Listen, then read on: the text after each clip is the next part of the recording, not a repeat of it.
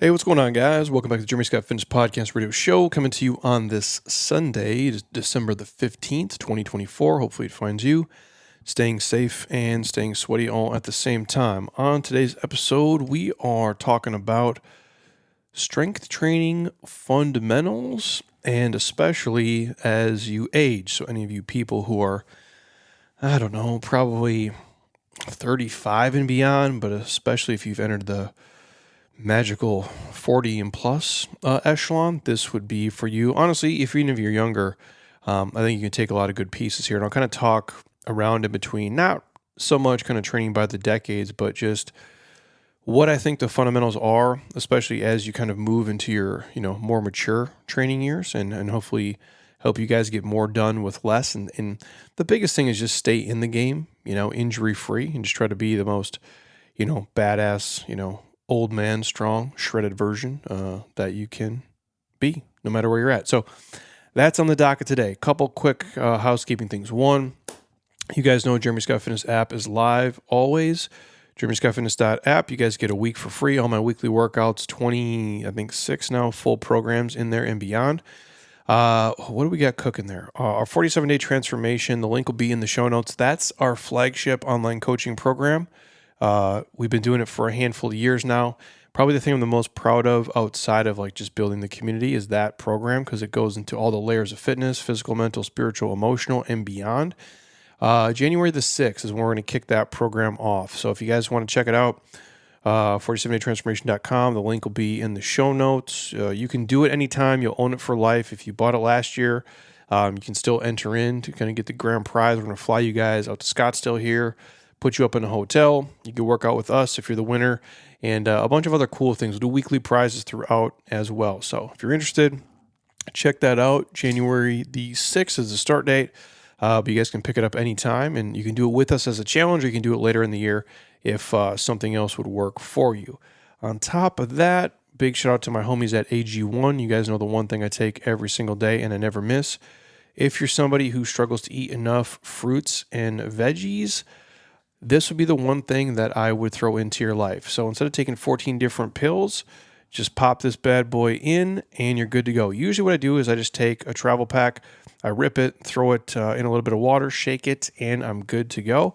And honestly, I never miss. It's cold and flu season. It's the one thing that kind of helps me hopefully avoid the cold and flus. If you notice, I still sound like I smoked about 20 cigarettes, which I did not. But there's a lot of people who've got that kind of cold and flu stuff going around. They come in here and they touch all my stuff, and then I touch it, and then here we are. So it's helped me avoid most of that and also kick the cold and flu stuff much faster. So instead of putting me down for days, still don't miss days of work, I can come in, I can train. It's kind of my all-in-one nutritional supplement. So if you guys are interested and you want to check it out, drinkag1.com/Jeremy Scott will get you guys a year's supply of free vitamin D and 5 free travel packs with order one.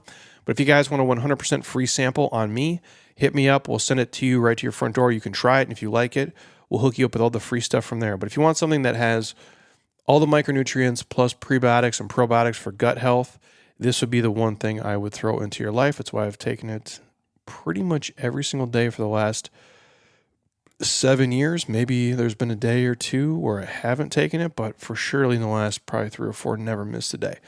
On top of that, shout out to my friends at JLab Pro, where you get our protein, turmeric, collagen, and our krill oils. If you guys want to check any of that stuff out, the link's in the show notes. And then our friends at Substance Nutrition, where I get my creatine.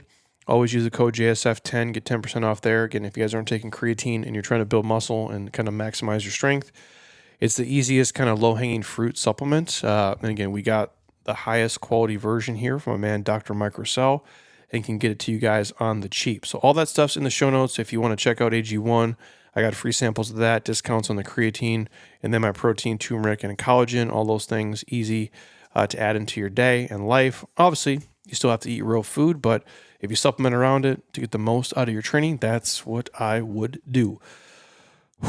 On top of that, man, I mean, we were working on our old man strength program. I actually just finished it on Wednesday. I'm going to review everything here later this week, and then I believe I got Sean, my man, coming in to film next Saturday and Sunday. I'm going to try to get it all done in one day, but, you know, 40-plus-year-old Jeremy is not 25-year-old Jeremy, so maybe it'll take me 2 days. But my goal is to do it all in one day and then use the next day for like promo stuff. But it's a lot of videos. It's a lot of fitness. So that is coming to you guys. Actually, we just made all the Old Man Strength shirts. The first version. What I'm probably going to do is this. I'll give you one, Sean. They're great. They actually say Old Man Strength in the front. But anybody who has a house record here who did it over 40, because that's kind of like old man cutoff is 40 and up, you'll get an Old Man Strength shirt. Anybody who's won a Sunday Metcon who's over 40 gets one. And then for the program itself, I don't want to share too many details, but I have one other version of shirts we're working on that are going to be so badass. And if you complete the program, give us a full review, before and after photos, read a review, I will send you a shirt. I don't care what state, country, providence you live in. We will get a shirt to you. You'll be part of a very rare group of psychopaths, and that will be yours. So that's coming to you guys. If you do the program, which my goal is to have it done and filmed by next weekend, and then I'll do all the back end shit. Hopefully by February, that thing will be live. Maybe even before. But Old Man Strength is what it's called. It's a 10-week program. It's fucking awesome. So if you're old and you want to be strong, or you're old and you're weak, or just if you're a person and you know you're going to get old, which you are, and you want to be strong, this is the program for you. So that's coming up in the app as well. But I'll talk more about that as we go. So for today, we are talking about fundamentals of strength as you age. But before that, I did find this little note the other day on Instagram, and I wanted to share it with you guys, just because I thought it was a nice little message to kind of kick off your week or your day. And it is, and I quote, "The real luxuries in life," and it has a little list here: time, health, a quiet mind, slow mornings, the ability to travel, rest without guilt, a good night's sleep, calm and quote-unquote boring days, meaningful conversations, home-cooked meals, people you love, and people who love you back, end quote. So kind of a nice framework to start your week. I think most of you know that if you listen to me and the things that I talk about here. Those are the things that matter most. And I'm not saying you driving a Ferrari doesn't matter, or you living in a 10,000 square house doesn't matter, but end of the day, like, those are just things, and they're cool, and they can definitely, bring fun to your life, but they're not the most important things. And what it costs you to probably get those things and keep those things and have those things, there is a certain amount of stress and effort and output that goes into that. But the real luxuries are not those things, and we all know that. You all value time and health, and just having a high quality, I guess, overall life, and the relationships you have are the things that matter the most to you. So just put that in your back pocket for the week. So as we move forward here, strength training fundamentals as you age, I'm going to do a series kind of on this, just for the fact of we have a program coming out called Old Man Strength. So these kind of all marry together. So it's easy promo, selfishly. But honestly, they're all things that you should know, or you should be doing, or just thinking about in terms of your training. And I've said this before, when you're going through your training, when you're going through your fitness and you're doing things, it's not that if you're doing stuff today, you won't be able to do when you're 50. I'm not saying don't do them, but just be very smart about those things and just ask yourself, like, risk reward.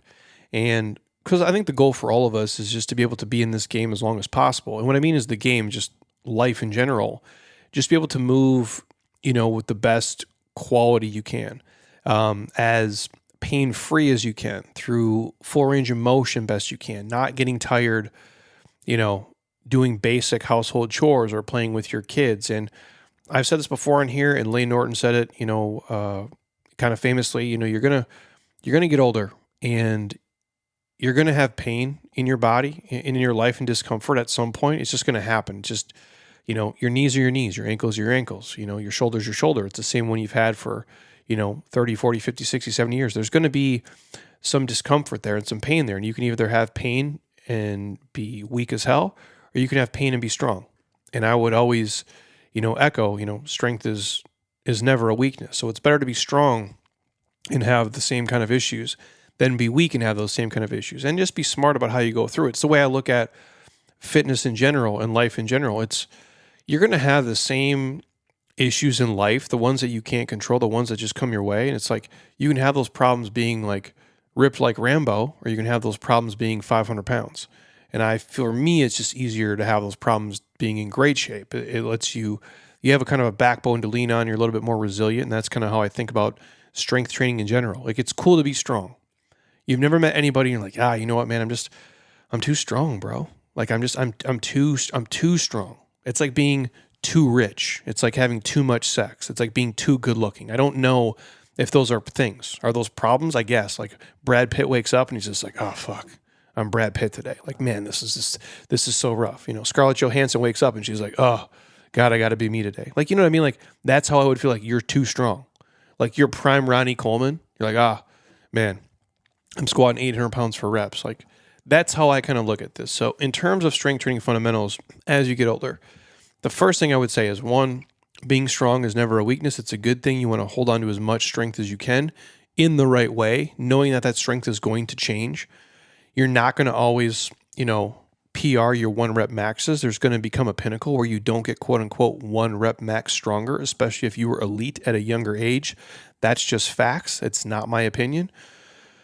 The biggest thing though, being safe and being smart with your training so you can stay in the game and actually train. You want to avoid the catastrophic injuries. The little nagging ones are going to happen. Like, you'll get, my back is a little stiff, or you might have tennis elbow, or, maybe your knee, has a little bit of tightness to it. And that's fine. And that's normal. But you don't want the catastrophic stuff, the stuff that puts you down for 3 months, 6 months, a year, or alters your training forever. Now, some things are not avoidable, but the ones you can't avoid, you want to. And that kind of be safe and be smart reminds me of, and I've quoted this on here many times before, if you watch the Chris Nolan Batmans, which are the best Batmans by far. It's not even debatable, because Christian Bale, even as much as I love Michael Keaton as a kid, Christian Bale is Batman. Like, it's just, these are facts. Now, I do have an Adam West autographed picture right next to me, and he is Batman too. But Christian Bale is my Batman. So there's a scene in there where Alfred says to Bruce Wayne, know your limits, Master Wayne. And then Christian Bale replies, Batman has no limits. And Alfred's like, well, you do, sir. And so it's kind of like, I frame that because that's how I think of it when I'm going to train. It's like, well, Jeremy has no limits. And it's like, no. Like, you do. Like, 40-year-old plus Jeremy has some limits on what he should do. And I frame that, and again, not like if you're in your 40s, you're old, but it's different. Like, when I used to go to basketball practice in college, I'd wake up from a nap, I'd walk down, to the field house, put on my hoop shoes, drop a backpack, maybe touch my toes, maybe. Otherwise, just start dribbling, take a couple warm-up shots, and I'm good to go. And I can just get off the earth, I can pipe it, and not a step missed. I'm fresh. I got bounce. I feel great. Me in my 40s, not the same.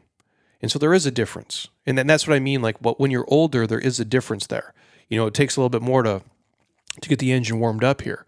And so especially as you get older and you have injuries and pre-existing injuries that you've dealt with before, you have to make better choices in your training. You can't push through real pain. Now, I'm not talking about discomfort, or I'm not talking about you just being a little bit sore. I mean like painful movements in your joints. Like, if your shoulder is in pain, if your knee is having like radiating pain, if your spine is really bothering you, like, that's not something to play with.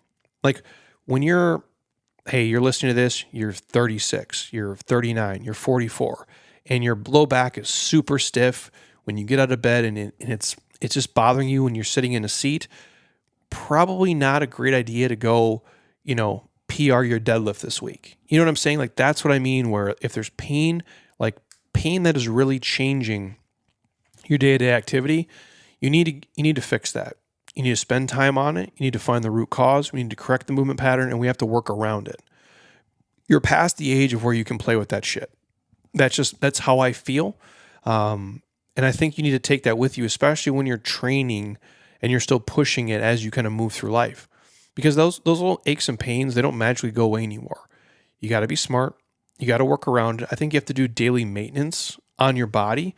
And what I mean by that is, I'm not saying you got to spend an hour a day doing mobility and tissue work and getting massages, but there should be some daily maintenance, some kind of daily go-tos for the things that bother you. So if you know you have some tightness in the glutes and tightness in the low back, maybe you got to make the kind of pigeon stretches or some version of it a part of your day. And if you know you have tight hip flexors or you sit a lot, you have to do a couch stretch, maybe just 2 minutes every day.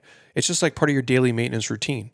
And maybe you have some body work done by a professional, whether it be a tissue guy or like a deep tissue massage, or you're getting some type of fascia work done on you. Maybe that's weekly, maybe it's bi-weekly, or maybe it's monthly, to whatever your budget is, and depending on how hard you're training.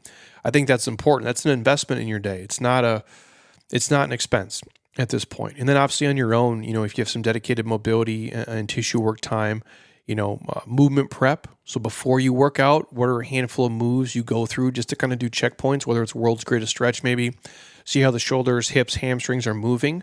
And just like some acclimation sets. I think that's important, and on top of that, like if that's like if tip number one is like be smart and be safe, like 1A would be, proper movement prep pre-workout. Like, so if you're going to bench press on these days and you're married to the barbell and that's just what you feel you have to do, just going through some hangs, going through some scap work, going through some push-ups and some deficit push-ups and then some acclimation sets, I think is important for you guys to kind of, if nothing else, to get the muscles loose, but just a check-in. So I'm pressing weight, I'm kind of moving my shoulders around, like how do my pecs feel? How do my shoulders feel? How do the tris feel? Does the weight feel heavy today? Does it feel light today? Am I getting a good stretch? Is there anything I'm noticing in there that's really bothering me? I think that's important. And so for people in your, especially 40s, 50s and beyond, I think it's critical for you to really kind of do check-ins with where you're at each week, because your ability to get away with poor posture and poor technique repeatedly diminishes.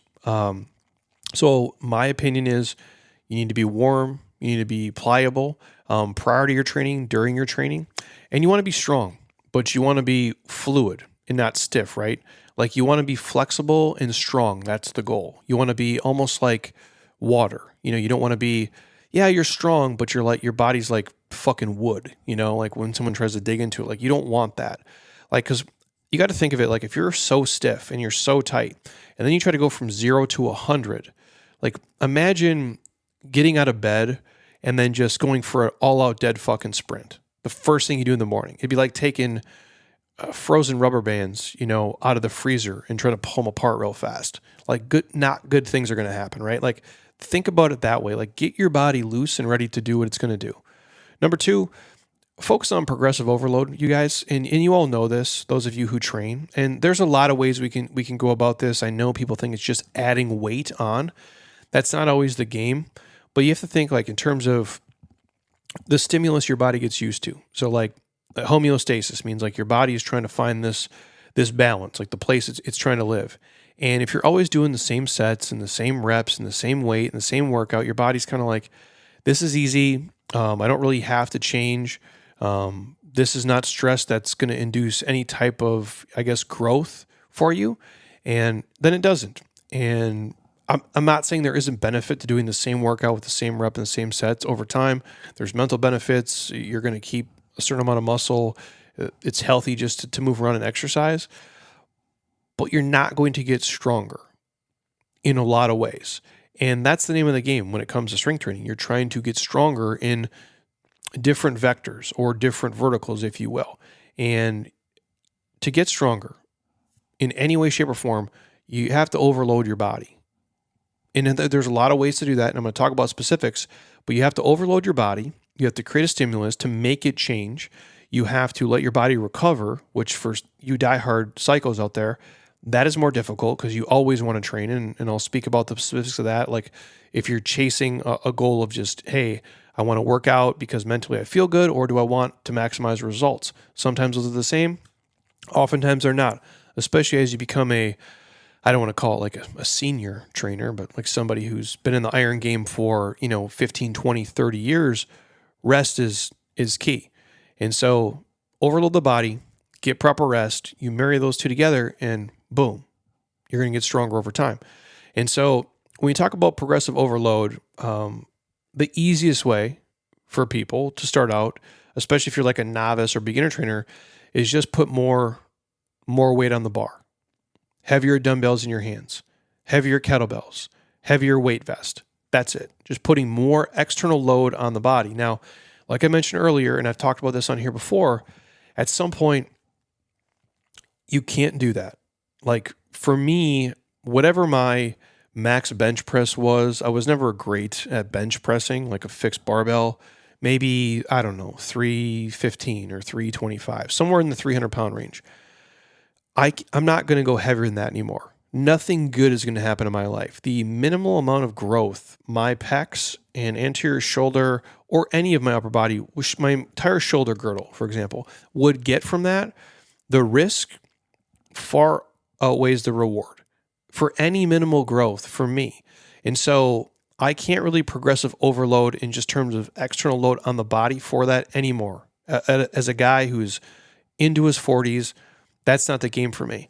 But what I can do is I can pick a load that's challenging for me and I can do more reps at that same weight. So let's say it was, I'm just going to give a blanket example of if you're doing barbell bench and you're like a 225 guy and you can do 225, let's say 6 times. Can you get it up to 8 reps? Can you get up to 10 reps? Can you get up to 12 reps? Like there is still going to be strength that comes from that. It's a different type. And there can be hypertrophy that comes from that. I think that's a great way to do it. Besides just adding more reps, you can experiment with different styles of training, right? Like, so the tempo, I talk about this a lot on here. The speed and the tempo at which you lift is huge. The pauses, we can go rest pauses. You can go slow eccentrics. You can go the weight coming down. You can go slow concentrics, trying to control the weight coming up, which for most of you is insanely difficult. It's like that controlling the tempo. Because again, what you do is you're stimulating the muscle, you're creating more time under tension. There's an awesome muscle building stimulus that comes with that. It is still highly effective. You do get way stronger in that arena. And because the load is less over time, you're going to reduce stress on the joints, and the risk of injury, for the most part, is going to be significantly less. Now, does it take all the risk out of it? No. I mean, but if you think about it, BJ Gador and I were talking about this not long ago, like the pool, because it's, in water, you're fluid. It's probably the safest, quote unquote, place to train on the joints, because you can move more fluid. It's there. It's easier to do hip cars in the water than it is on dry land. It's just the truth. It's easier to squat, in shallow water than it is on dry land, but you can drown in the pool. You know what I'm saying? Like you can't drown out here on the earth. Like, so there's danger with everything. So you have to people are like, well, it's still everything is dangerous, dude. Like it's just part of life. On top of this, I do think that is safer. Also, like you can do the reps in like the workout in less time, right? So you can cut down the rest time that you're going to have. So it's less recovery time for the muscle and you can still kind of push through. Now we can talk specifics of like what's hypertrophy, what's strength. I think for most of you listening, if you get a marriage of the two, it's probably ideal. So like, hey, am I stronger, but am I also kind of building muscle? Is my composition changing? I guess I'll frame it this way. Let's like, can you bench 500 pounds?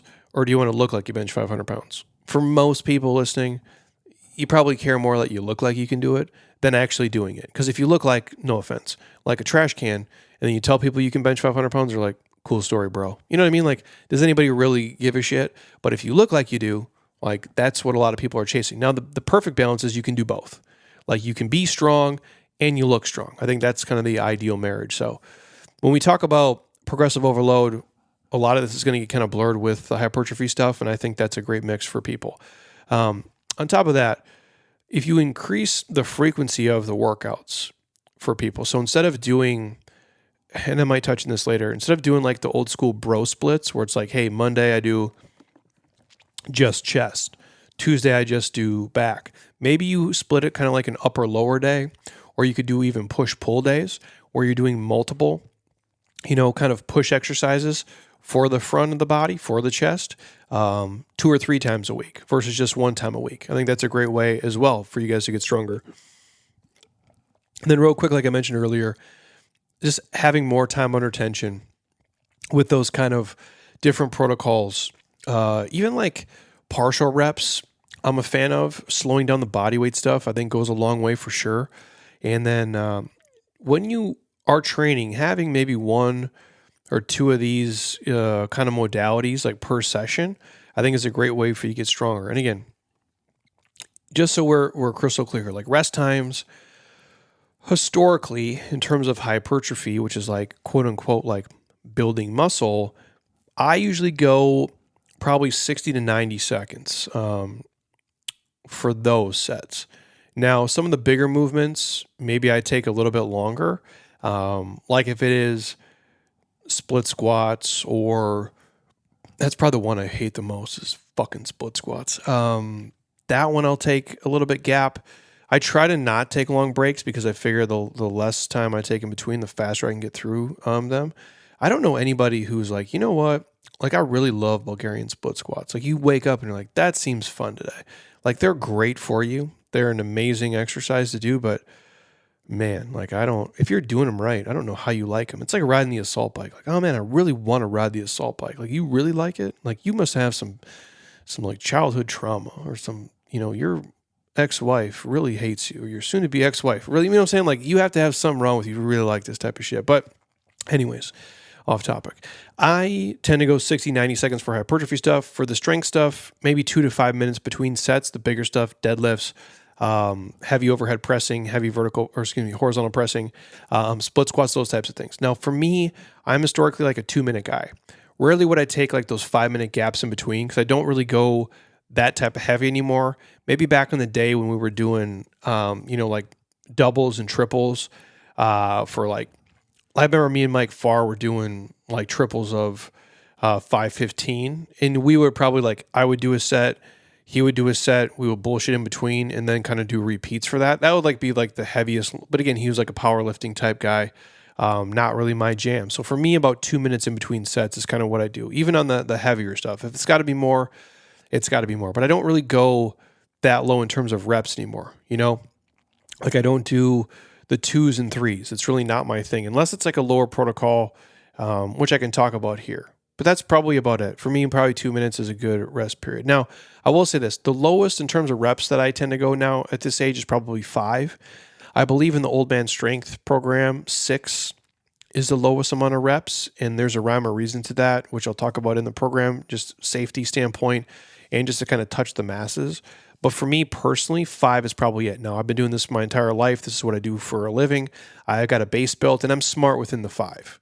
And even that's probably the lowest I would go. If you're listening to this and you're still doing, 2-3 reps or like 1 rep maxes and you're 45 years old, just really be careful and be smart, because like if you rip or tear something or you have a catastrophic injury, no one's going to give a shit, dude.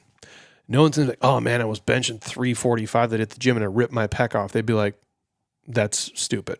You know what I mean? Like, and you'll be mad too. Like, it wouldn't have, I don't think those things are worth it unless it's like really, you have a diehard passion for it. For me at this point, to do like doubles and triples of something, it would be like a Dan John protocol of, hey, it's, 315 barbell deadlift for, 2 reps every minute on the minute for like 20 minutes. I believe that's the actual Dan John strength test. And even that, I would prefer to do that in the trap bar, and honestly, even maybe cut the weight down. And I think you would get just as much out of it. But my opinion, and that's me. So that's how I would frame kind of the progressive overload stuff and rep ranges. The third thing here, especially as you age, just never miss the easy days.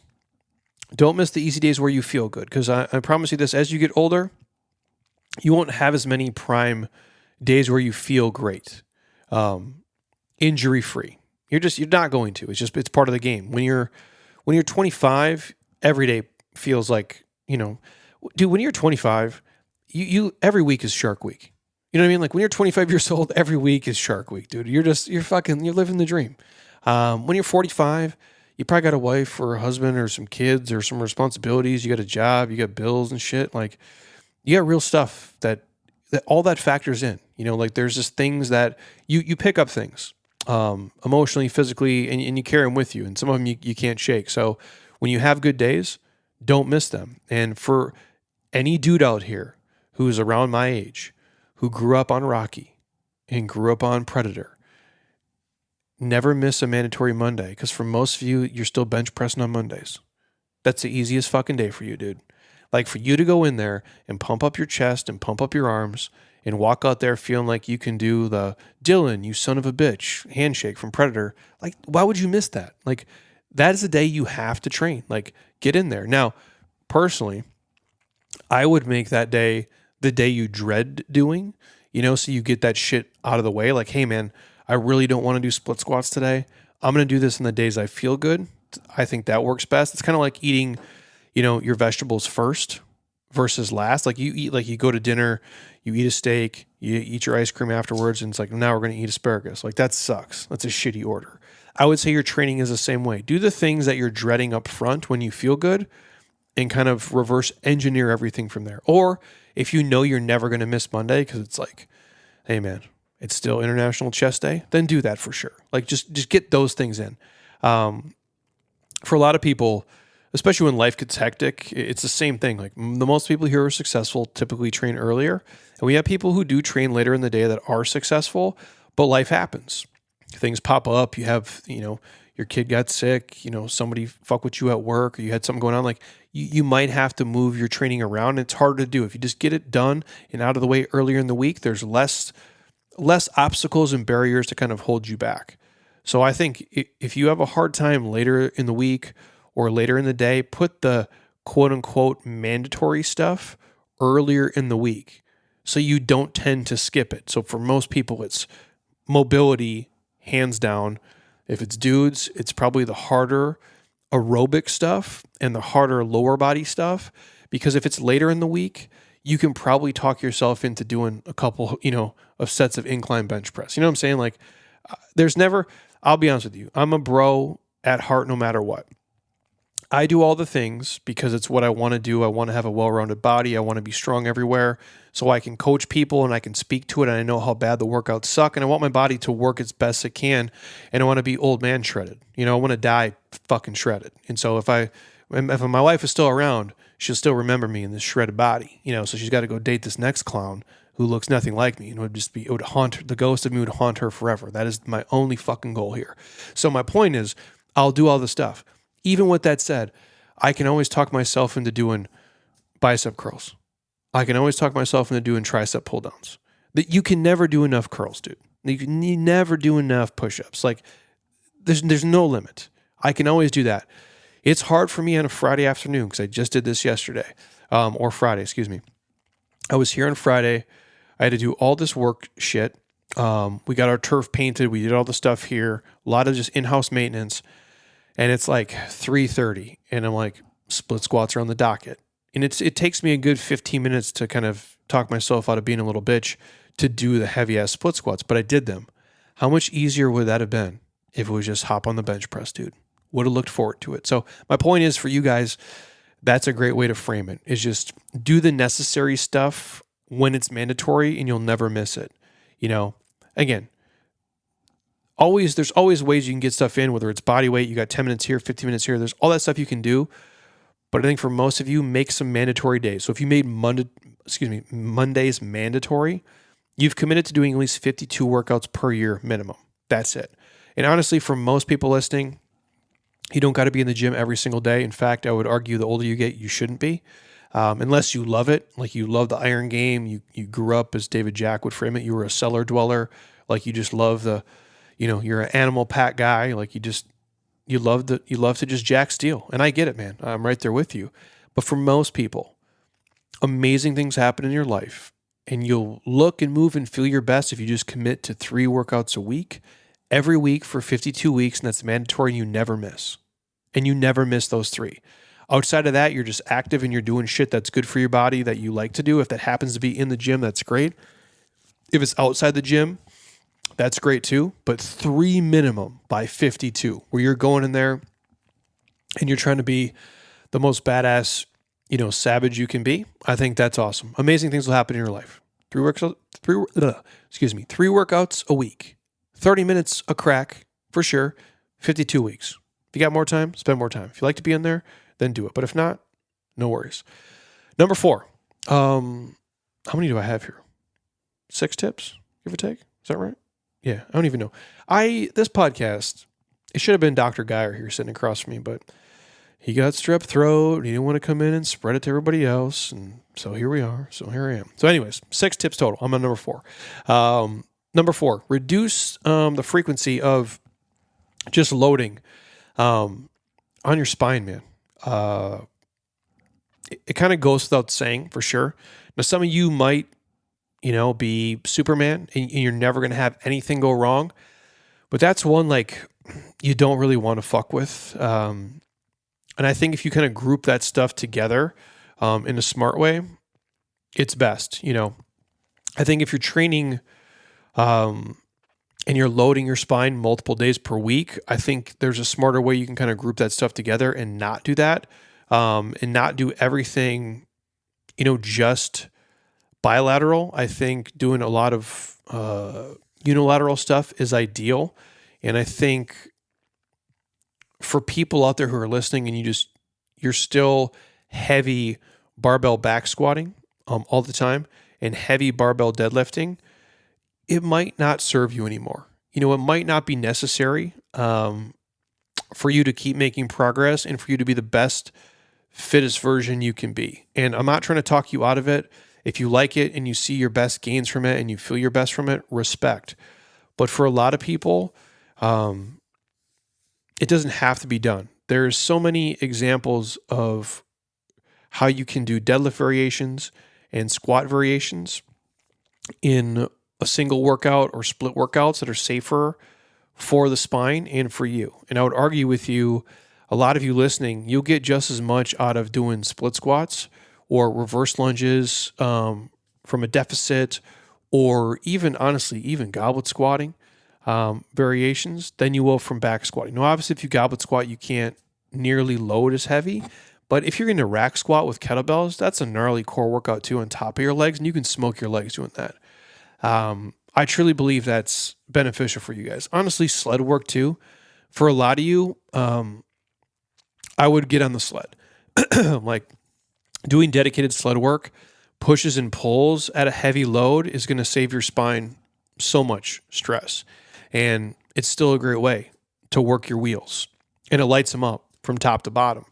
So personally, and this is just me being transparent, in our Old Man Strength program, there is 0 spinal loading, none. Now in that program, if you have access to a sled, that's ideal. That'll help you tremendously. We have a workaround if you don't, but there is no spinal loading in that program, and there's sled work included. And you can be super fucking strong and super functional. And I think for a lot of you guys, training your legs individually is probably the best bet too, because you can work on any imbalances. Excuse me. We did a Sunday workout today. So on top of smoking 40 cigarettes and snorting 8 lines of cocaine, I worked out hard as hell today. And so I sound like a bag of shit. So I apologize if I cough, but it's hard out here for a pimp. But my point is, a lot of you guys, it'd be more beneficial to just train individually than always be just married to the barbell. So just think about it as you go through. And if you guys do notice anything bothers you in terms of the spinal stuff, I wouldn't load it that day, certainly. And also I would hang. If you guys like just doing any kind of hanging variations, just to deload the spine, to loosen up the hips. If you can get your pelvis loose, if you can get your hips loose, the spine, all that stuff is integrated and it can move in sync. So I'd say hang early and hang often. You guys know BG Gador, my good friend, came up with a program every hour on the hour where he gets up out of his seat and just goes and hangs from a pull-up bar. He actually does it way more than that. Every time he goes to the bathroom, it's hanging outside. So he gets up from doing work, walks in the bathroom, take a piss, hang from the pull-up bar for a minute. You know, how that's so easy to do. And I know that people like, oh, that sounds crazy. I'm like, how much crazier does it sound than sitting in front of a fucking computer for 8 hours a day in this awful posture, stressing about emails and bullshit that nobody's going to care about in 100 years? It's no crazier than that. And in fact, I'd argue what he's suggesting is way more beneficial. So my 2 cents for you guys, if you can buy a cheap pull-up bar, buy one, have one, but especially when you go into the gym, like please hang as much as you can before your workout, intra-workout, after your workout. It's so amazing for your shoulders and your spine and your hips and your body, not just Yeah, but like if obviously from the foot position, from like a split stance, from a feet behind stance, from kind of like that cobra, that front fascial chain can stretch. It's just amazing for your body. You want your spine to be as healthy as you can. Because take it from somebody who's had back issues before, it sucks when it's hard to put on your underwear. Like no one gives a shit when they have a hard time putting on underwear. Like you're going to go in and train and try to work through that. Like when you have like disc issues or you have like a sciatica, it's hard to sleep, it's hard to function, it's hard to have sex. Like none of that shit is fun.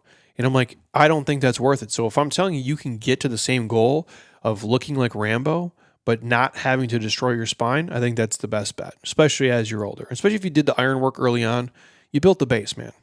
You don't got to keep, banging the same drum. Number 5, focus on quality over quantity. Obviously, you guys know this, but it does surprise me too. The most hours in the gym doesn't equal the best results. It can, I guess, but often it doesn't, and it's not required. And this is not a knock on anybody. And I'm not saying I'm a gold standard of how I look, but I'm a older man. And underneath this winter flannel that I'm wearing here, because it is wintertime in Arizona, and I'm cold today, and my nose is running. Oh, this is insane. I still look pretty good, right? There's people who spend 3-4 times as much as I do working out. There's people in our app. There's people I know personally who spend their workouts are so much longer than mine. They're so much more detailed. And I'm not saying I'm trying to compare how I look to how they look, but what they're doing is not necessary. And so you have to ask yourself, like, what am I trying to get out of this? Am I trying to look and move and feel my best, or am I trying to log the most minutes in the gym? Those are two different things. And I would argue with people, like often the people who are over 40, right? Like focusing on at least the 3 workouts a week. But for you guys, if you want to be like you're an iron kind of grinder, 4 or 5 per week is more than enough.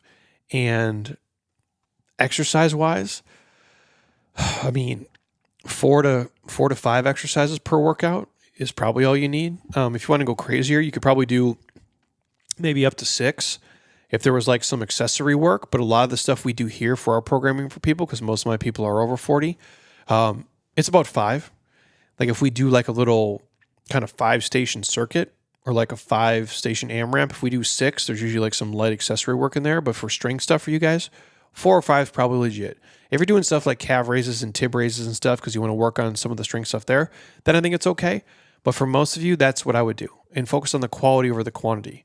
It doesn't got to be doing 50 sets per body part per exercise. That's crazy, especially as you get older. Now, if you love those programs, and we have them on the app where we make these like kind of diabolical long, beat your ass programs, that's fine. There's a time and place for that. But it's not for everybody. It doesn't got to be every day. I think for most people, picking a simple kind of upper body, lower body, total body rotation, and really focusing on the quality is a great way to train. And again, in terms of heavy stuff, just think of it this way. If you still love to really push it and train heavy, and trust me, I do too. I do plenty of dumb shit as much as I know.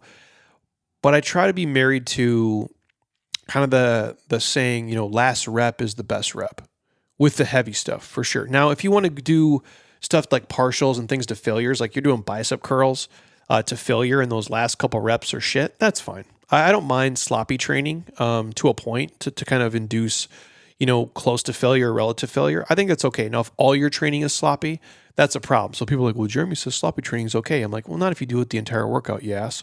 I go, but if you do it in a smart way, I think that's fine. Like if you want to do push-ups to failure, I don't think anything bad's going to happen to you. I really don't. Like what are you going to do? You're going to fall 2 inches to the floor on your face? No big deal.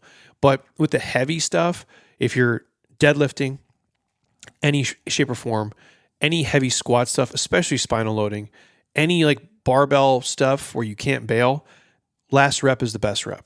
Overhead presses that are heavy, last rep is the best rep. Deadlifts for sure at this point in your life, the last rep is the best rep. You don't need to be failing on deadlifts. You really don't, man. It's not, the juice is not worth the squeeze. Number 6, rest and recovery for the best results. I'll talk about this quick. Hopefully some of you guys listen. I harp on mobility a lot in here just because it's important to do check-ins and make sure your joints are working and they feel good through full range of motion. But there comes a point where you have to let your body like recover. And there has to be days that are kind of dedicated to recovering. And it doesn't got to be just lay on your ass in a poor posture, but like active recovery is fine for me. And I'll talk about that in a second. But you want your body to grow like to its optimal level, whatever that means for you. And sure, if you're older, you can still go in the gym and train 6 or 7 days, hard as fuck, and walk around and live your life feeling like you got, in a fight with Mike Tyson. But why? Like, is that fun? To always be chronically sore, to always have nagging injuries, to always be in pain. Sure, it'll happen. Sure, there's a time and place for it.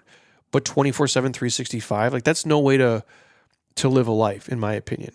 And so you want to be able to get the best results, and you want to see the most, I guess, juice from the workout squeeze, if you will, for lack of a better term.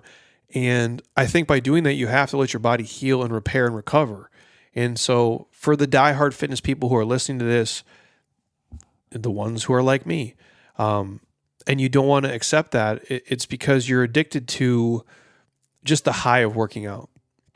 You're addicted to kind of the training stimulus high that you get. And that's fine. And if you're doing it for that, it's okay. And if you're okay with like going and training every day hard as hell, and it's your therapy, right? It's cheaper than therapy, and I'd argue it's better for you. So if you're mad, what is it? Is it Big Daddy, where he takes a little kid out and the little kid's walking and they're throwing the stick for the guy and then he stumbles over it on rollerblades. But then the other guy's walking by and he's like, "Don't be mad at me, you're mad at your dad." Like that shit. Like if you're the guy who's still mad at his dad and you got to go to the gym and beat your ass every day for 7 hours, or you just like, you're the lady, you hate your husband, like he's just a bag of shit, but you can't leave him, and you go train hard as hell every day and mentally it helps you stay together, that's fine. But it's probably not the thing that gives you the best physical results because you're overtraining, you're overstressed, the cortisol levels are too high. I would argue with you, it's better if you could take your foot off the gas at least. So go in and do lighter stuff, or have like you're walking, or you're rucking, or you're hiking, or you're just going in there for like a light pump because it's a mental high and you're not beating the shit out of your muscles. Because I know I'm with you guys. Like training for me is as much mental as it is physical, right? Like, so I feel like if I trained today, I did something. Like I got something done. If the rest of my day sucked, like I lost $10,000 in business, and maybe I'm just a shitty husband that day, and I didn't do the laundry, and I didn't do dishes, and I, ate a bunch of Oreos, and I just sucked. Like, at least I worked out. So at least I got like one win. So I get it. Like you love the feeling you get from a workout. Like it's the high. And you might love that more than you like seeing results. But you have to ask yourself, like, what's more important? And only you can answer that. And I would say focus on the results and find a healthy marriage there in between. Because if you're over 40, if you're over 50, I think you get worse results if you don't give your body time to heal and recover. So I think the older you get, your days of just dying in the gym and crawling out of here, you can't do that 300 days a year. You can probably do that like one day a week. I come in here and I hate myself. Like one day I come in here and I hate myself enough to like really push it. Usually it's on Sundays, and maybe one other day where Heather was maybe talking shit at home and I got to come in here and let out some stress or something. But for the most part, like I try to be smart about it. I think you guys do too. So like for me, Monday, Tuesday, I train hard. Wednesday, kind of like a lighter day for me. Mobility, I ruck, bicep curls, always.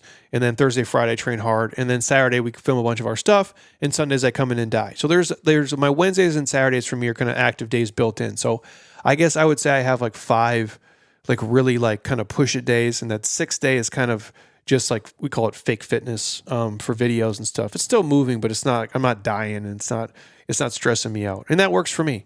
And I find I kind of get the best results there. So food for thought. Last one. What is this one? Is this the last one? This is my last one. I guess the last thing on recovery, for people who are listening, because I know there's some of you who are out there, like you're my age, like, Jeremy, I feel great. I want to work out for 2 hours a day. That's cool, dude. Like, I'm not your boss. I'm just giving you like a speed limit. You want to go 55? Cool. You want to go 70? You want to go 40? Do what you do. You know how you feel better than I do. I've just seen it in people here, and I know life comes at you quick, man. And if you have 15 different stressors in your day that are happening, to come into the gym and add a massive one on there, and I'm not talking about just working out. I'm talking about you beating the shit out of yourself. And I've done this before too. That's just more stress on your life. That made my day worse, right? Like, that's how we frame it here, is your fitness stole from your fitness. And I don't want that for anybody. I want this to enhance your life. It shouldn't take it from you. And also, if you're having anxiety about every workout, it's probably not good either. And I used to do this. Like, when Ben Novak and I would train, shout out to Ben. He needs to get on the podcast, his big ass in here. Him and I would and again, we're iron brothers. Like, we're dummies. Barbell back squat, always. Barbell deadlift. And it's always like, excuse my language, I grew up in the era where it was like, if you didn't do it, you were a pussy. That's how we talk. Sorry if that offends you. That's just life, dude. And that, first of all, as grown men, that's how we still talk in our heads. That's what we say. It's inappropriate and we're children, but that's what the fuck we do. And when you grow up in that world, dude, it's like, if you didn't take enough shots at the bar, guess what you were? That's what it is. That mentality never changes as a man, by the way. You get smarter as you get older and you try to fight it, but it's always whose dick is bigger. And it will never change. Never, ever. So him and I would lift, and I just remember like loading up the barbell, 225, 275, 315, 350. I'm talking like back squatting. And then like you're deadlifting, 315, 405, 450, 515. And maybe more so because like being naive, like the amount of anxiety I would have, like stepping into the rack to squat, into deadlift, and being like, okay, I weigh, at the time, maybe I weigh probably what I weigh now, like 210 pounds. Like, I'm 210 pounds and I'm going to squat, 350 here for reps. I'm going to try to do 3 to 5 reps. Like, and if something bad happens, like something catastrophic is going to happen. What I'm saying? If I drop this weight, or if my hip goes or my knee goes, or like, you would just like feel like something bad is going to happen to me, like, or it could happen to me. And that's how I always felt. So when you're older, you shouldn't do that. That's not required and it's not necessary. And I say that because when you're older, there is changes that happen in your body. And I know nobody wants to hear this, but there are hormonal changes that happen to you. So why you need more recovery time? 1, the stress of life in general, it happens. 2, like, you got to think about like the energy that you have to put into, for your kids and your work and your travel and your partner and just the adult shit you deal with. And please do not watch the news and do those things, because that just makes your life way worse. Sometimes ignorance is bliss, and I don't think most of the real news is news anyway, so there's a whole different conversation. But life is a thing. So life, as you get older, will life you. And your training comes into play when you have to put that into the equation. On top of that, there's hormonal changes in your body. Like, you have a decrease in anabolic hormones, like you just do. Your growth hormone, if you're talking like IGF-1 shit, if you're talking testosterone, that's a real thing. That's why I talk about blood work, getting tested so you know where you're at. So if you're a guy who used to be, going crazy and your testosterone was, 900 and now it's at 300, your body's not going to be the same. It's not going to recover as quick. You're not going to build muscle as fast. Like, everything is at a disadvantage if those things aren't running on optimal. So that's a real thing. Life and the hormone changes. And honestly, the stronger you do get, it comes into play. Like, when you're stronger than a beginner, when you're past the novice level, moving bigger weight puts more stress on the body and on the system. When I come in here and train, if you take a guy off the street who's my age, he's in his 40s, or it's me, I'm going to watch him try to pick up the stuff I grab. He can't even fucking move it. And then that's not me tooting my own horn. It's what I do. It's not what he does. If he plays pickleball all day and I don't play, him and I play, he's going to beat my ass in pickleball Awesome, dude. If he comes here and like split squats with me, I'll bury him. I go, so that workout for me, even though he struggles doing bodyweight split squats and I'm grabbing, let's say 80s and doing reps, it's so much more stress on my body than it is on his, just because of the amount of loading. If you think of let's say I grab hundreds, right? And I'm going to do just 5 reps. So let's say 5 by 5. Every single set I do on that single leg is 200 pounds. So it's 1,000 pounds on my left leg. It's 1,000 pounds on my right leg. So it's 2,000 pounds for one set. And if I do 5, that's 10. Think of that, 10,000 pounds of loading on my body and 0 for his. There's just so much more stress that goes into that. Now, the example I'm giving is for you guys when you train, you're past the novice level. So the more load you put on, the more taxing it is on the body. And as you get older, if your sleep wasn't great, if your hormones weren't perfect, if your food wasn't on point, if you're just chronically stressed from your job because your boss is a fuckface, that comes into play. You need a little more time to recover. And as an older person, I think you're going to see way more progress in your training by just those 3 to 4 dedicated days of really maximizing the quality and the effort versus just 5 to 7 days of just, whether it's bullshitting or 5 to 7 days of getting murdered. I guess what I'm saying is, if you're going to kill yourself in the gym and you're older, do it 3 or 4 days a week at the most. Don't do it 7 days a week. And honestly, just pick your spots. And on the other days, my advice, walk, ruck, heavy pack, put on a weight vest, all that's great. Do mobility, make it mandatory in your life. That's why we made a program called Mandatory Mobility in the app, so you actually do it. Aerobic style stuff I think is great if you like to do yoga and swim. If you like to bike, that's cool. Play basketball, pickleball, like I mentioned, which everybody does. If it's tennis, if it's golf, just do things you like to do, but not just jacking heavy-ass steel daily. I don't think that's ideal for many of you. If you want to come in and get a light pump, that's great. Like I mentioned, and I'll leave you with this, 3 workouts a week, every week for 52 weeks. Outside of that, do fun stuff that you like to do and you enjoy. And of course, make your recovery a priority. Make the sleep a priority. The nutrition has to be on point for optimal recovery and growth and results. And that's it. That would be my advice. So if you're somebody who is just dabbling in this and wants to do it, or somebody who's been in it for a long time and you're aging and you just want to hold on to the shit you used to do, there's a lot of it you can, but you have to go about it in a different way and be smarter. And that's not me trying to talk you down and saying you're too old to do stuff. Because, dude, you can be fucking 85. I can promise you, as long as my body works and things are going right and I'm alive and I can just come in here and get pumped up, I'm going to fucking do it. Now, again, it'll look different for sure, but I'm going to do it as long as I possibly can. And that's my goal for you guys too. And it was hard for me because again, I've said this on here many times before. There's probably a decade where I came in here in a row for 10 years. I had to walk in here every day feeling like I got the shit kicked out of me. And I was just like, well, that's what I got to do. And maybe that's what I did have to do to get to this place. I don't know. I guess if I could go back, I would have done it differently and maybe I'd be sitting here looking like a pile of shit. I doubt it. But I thought I had to die every day in the gym. I thought it was a rite of passage. I thought I was being if I didn't do it. But I grew up in that era of being a guy, right? But now I know, like, there's work smarter, not just harder. You can work harder too, but you can do it in a smarter way. And you live to train another day. You save your joints as best you can. The goal here is to damage the tissue so that recovers, but keep our joints healthy. Because nobody wants to have, a hip replacement. Nobody wants to have shoulder surgery. Nobody wants to have spinal fusions. That shit's not fun.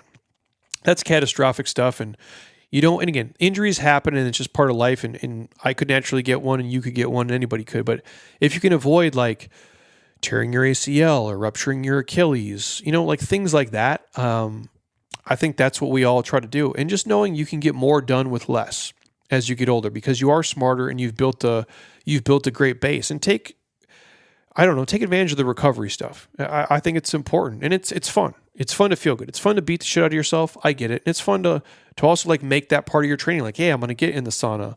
I'm going to put on the Normatec boots. I'm going to get a massage. I'm going to do the things that make my body feel good. So now, yeah, I look great, but I don't feel like, my body's going to break every 2 seconds. And you want it to be as strong and as resilient as you can. And so just listen to it and have some body awareness, be intuitive when you do stuff, and know like you can still be strong and it can still be heavy and you can still be a fucking savage, dude, but you can do it being old man strong. I mean, that's a real thing. So take that with you this week, you guys. Hopefully that was helpful. If you have questions, let me know. I think for a lot of you, kind of in my demo, the old man strength program is going to be a game changer for you guys. It'll let you, my theory is make a ton of great progress, be super strong, get in all the hypertrophy work you need, but in a way where it doesn't take from your life and it gives to your life and shows you that you can get more done with less. And I think that's going to be, it's a huge mindset shift for a lot of people too. My goal is to go through the entire program with people too, in some way, shape, or form.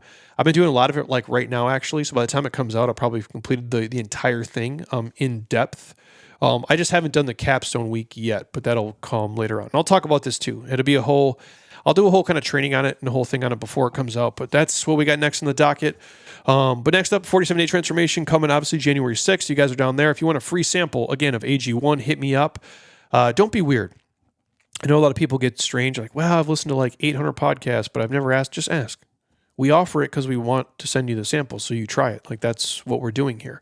Anything else, our creatine, all the other subs are in the show notes below. If you guys got questions on the app or the 47-day, obviously hit me up. If you happen to watch us on YouTube, like, share, subscribe, as always. And if you're on Apple Podcasts, drop it a 5-star, leave a review. Don't be a lazy ass. Just write Jeremy Podcast Good, 5-star. It takes 10 seconds. Like, we appreciate that. Same thing on Spotify. If you're on Spotify right now and you're like, you know what? I've listened to 42 episodes. I've never dropped them a 5-star. Take 3 seconds. Just click it. And that's all we ask for all this free, amazing information to help you guys. So we appreciate you. If you guys have questions on anything else, hit me up. I'll probably be back. What am I doing with my life? I got a lot of stuff to film next week. I'll give you guys an episode next week on something. Heather will come on before the end of the year. I'll get Dr. Geyer in here when he doesn't have strep throat, and we'll kind of go from there. But thank you guys as always. Have an amazing holiday-ish beginning to the week here. What are we on, the 15th, 16th? When is Christmas? 24th, 25th? Who knows? It's getting close. Anyways, have an awesome wintry week here, everybody. Until next time, eat well, train hard, be nice to people, and please, you guys, keep doing shit you love with people you enjoy because your life is too short not to. I'll talk to you soon. Peace.